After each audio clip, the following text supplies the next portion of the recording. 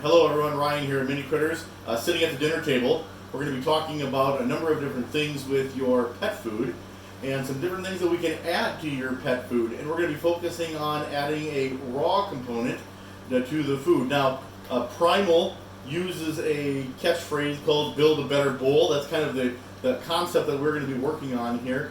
So this is going to be a two-part step here. Number one, talking about those of you who are interested in feeding a raw dog food, what you can expect, what you can look for, and we'll show you a little bit about what I do with my dogs. And the secondary part is we're going to be talking about some different things that you can add either to your raw diet, but mainly to your kibble diet, so you can add some raw components in there. Now, regardless of what type of pet food that you feed, whether it is a high-end expensive brand food or maybe a lower-end food, the first and foremost thing that I want to reassure you with your family is to buy and feed what you can afford. There's nothing wrong with knowing that what you can afford is the best for your dog in that case. And we're going to focus on some of that stuff, maybe adding some different components to maybe make that dog food that doesn't cost a lot of money, but maybe building up on that nutrition level and building some good things in there. So if you're ready to watch and see what we can do at the dinner table here, hang on, here we go.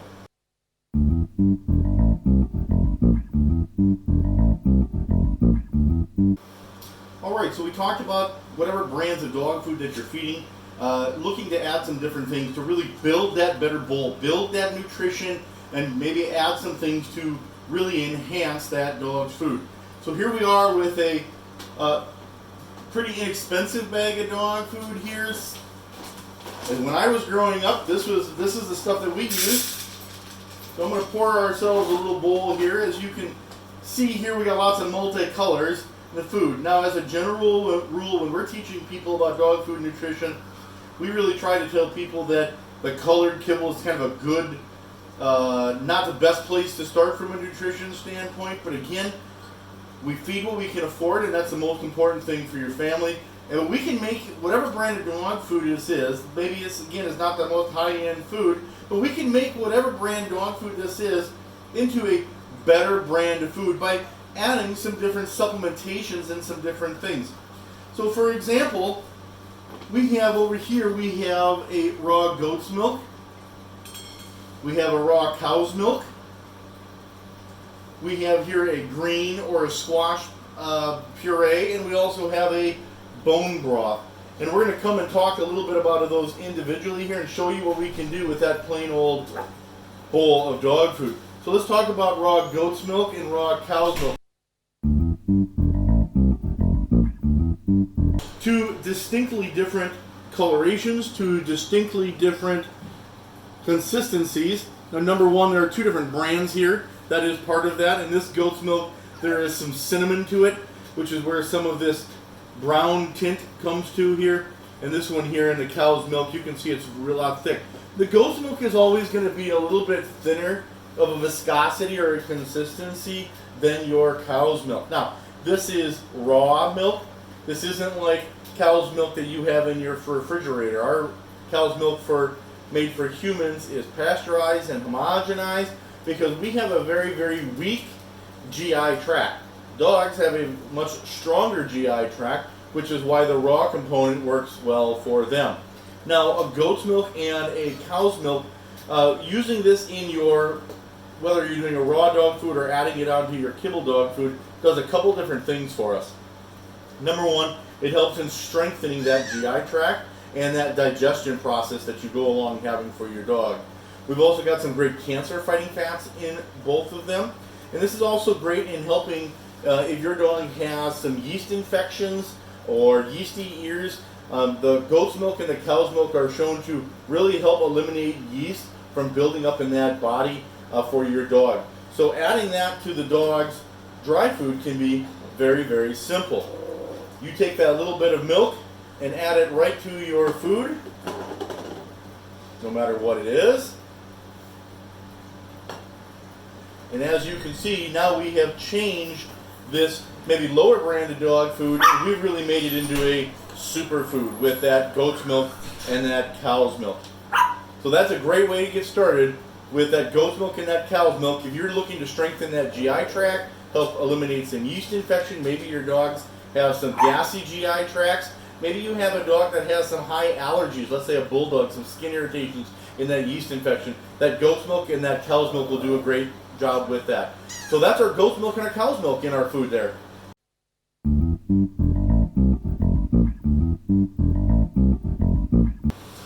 All right, so we've got our dog food, or we've got our goat's milk and our cow's milk added into this, and we're just going to kind of go over a couple different items here that you can add into the bowl. Now, typically speaking, you probably wouldn't add all of these at one time. There's nothing wrong with that, but just for purposes of our conversation, we're going to add them all in there. Now, we got a couple different things here. These here are some what are called edible elixirs. These are made by the Primal Company. Down here on the bottom, we've got a green smoothie. This has got everything from obviously greens, your spinach and your kales. We've got a winter squash puree. And this one here is actually what's called muscle melange. Now, the green is really great for helping to boost your dog's immune system. And it comes, obviously, as you can see, this is really green and soupy. And this is really great and easy to add right to that food like we did before. The winter squash puree, same thing here. This is a great way to help just boost that dog's immune system. Squash has got a lot of those great properties there, as you know, for eating squash as a people food. And I don't have any of this put into a bowl here, honestly, because it smells really bad. But the Omega Muscle Melange, if you have a dog that you're looking to add some supplementation for some joint support, the mussels in here are a fantastic way to add a ingredient to your dog food to help in building up that joint support.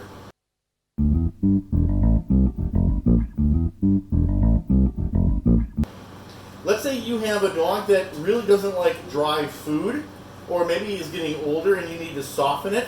That milk is a great way to soften that kibble. We also carry a number of different companies who make a bone broth. Now this is a raw bone broth again.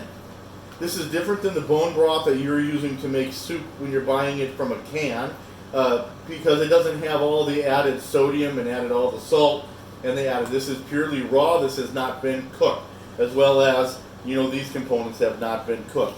As you can see, it looks pretty similar to what your bone broth is going to be, and it's very simple to add to your dog's food from that standpoint. When you're adding that dog food, when you're adding these supplementations to your dog food, it's okay that the dog food looks a little messy. Your dog won't mind that at all. And again, we've taken this bowl of food that maybe wasn't the best brand of dog food, and we have elevated it to a superfood using this goat's milk, this cow's milk, in this case here the purees and the bone broth. And again, you don't have to use all of these at the same time. These are designed to use, you know, sporadically, one by one. But depending on what your dog is looking for in that aspect, this is a great way. Now you can use this for any brand of dog food, any brand, and it will help in building that superfood.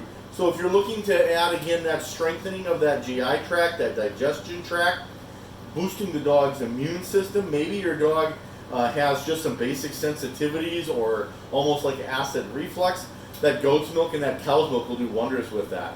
Well, we're going to start next here, show you a little bit about just feeding some what's a raw dog food look like. So hang on tight, here we go.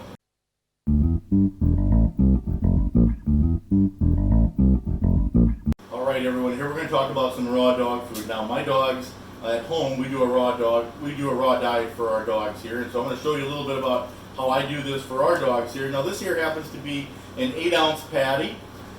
This one here is a complete diet. So a lot of times, if you're going on to Google and you're reading about making your own dog foods and this and that, there can be this long, tedious process about adding this and adding that. This here is all built in there. So this has all of your meat.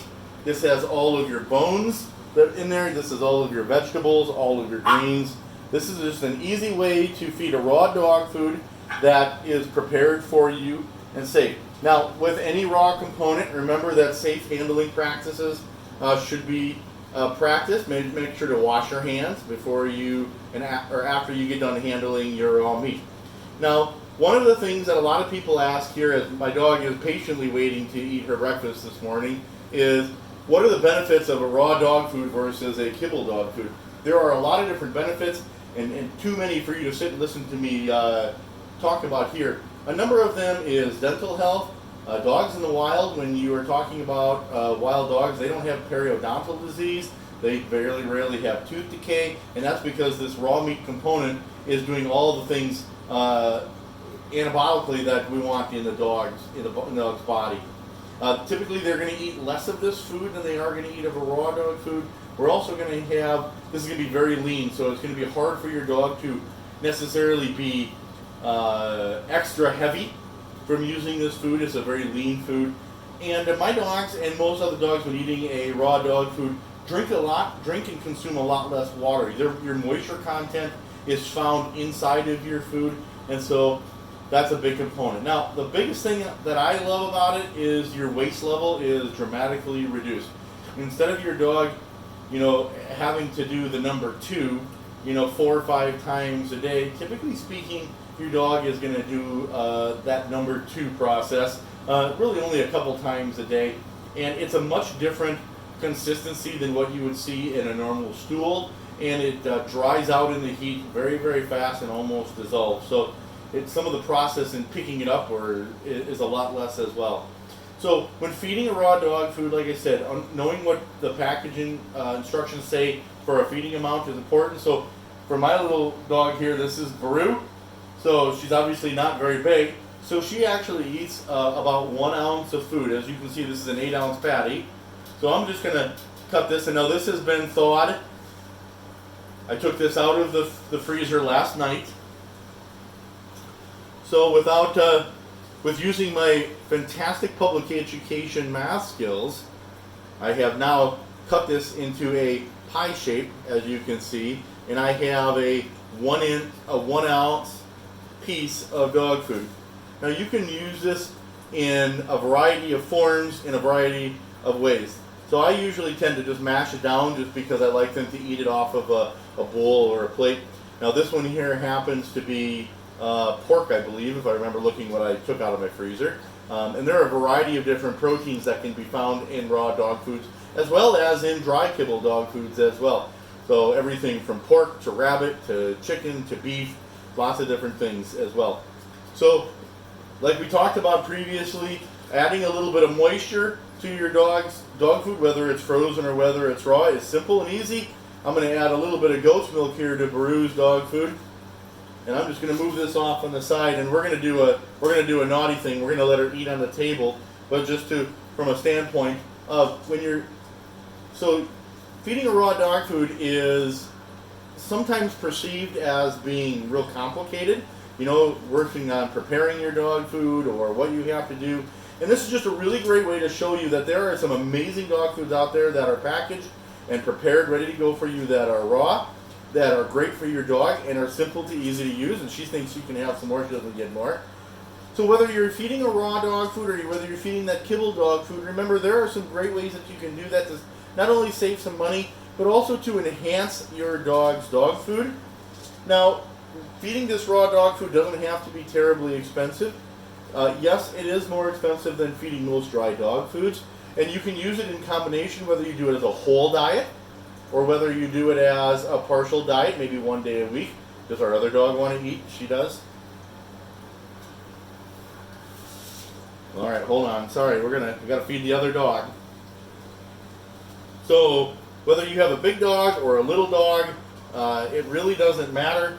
You want more? Go ahead, China. China's a little stage. China's not as camera friendly, and she knows she's not supposed to the table. But so from a pricing standpoint, we're happy to go through here at the store and show you what we're going to do, what we can do from a cost standpoint for you, and show you that it doesn't have to be necessarily terribly expensive to feed your dog a raw dog food. And we're happy to help you get there along for your dog. So if you have any questions or concerns, please don't hesitate to ask. All right, so here we are with Bowser. Bowser obviously is a bigger dog, and he is hungry as well here. So I wanted to show you what it is that you can do from a raw dog food standpoint and some supplement for your bigger dogs. Now, a dog Bowser's size would eat actually about 1 patty per meal. And so, but let's say I can't afford to feed Bowser 1 patty per meal, but I want to give him this version of this supplementation. Well, you can do that. That's the beautiful thing about using a raw dog food, is that you can give him the supplementation aspect of a raw dog food. And again, let's say that you have your kibble dog food that you want to add in there, whether you have some supplementation or not, maybe like some cow's milk. And so, again, just because you can't feed as a whole, you can feed it as a half, you can feed it one time a day or maybe once a week. There's no right way or wrong way to do a raw dog food, and using it as a supplementation to better your dog's health. So Bowser is going to enjoy his breakfast this morning as well.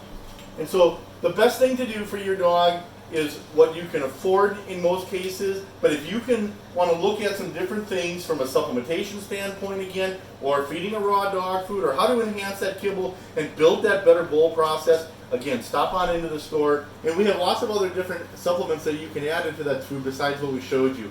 Everything from raw pig's feet to raw bones to raw duck eggs, and lots of different things that we can do. So if you have questions about feeding a raw dog food, or you have questions about adding some supplements to your kibble, I want you to watch this video, take a look at it, and stop on into the store and check out the freezer and see what we can do to help you. Because what we want for your dog is to thrive, regardless of what it is, if it's a bag of dog food, dry bag of dog food, and adding some supplements, or feeding raw dog food. So thanks so very much for joining us here at the dinner table, and we look forward to seeing you at the store. Have yourself a great day.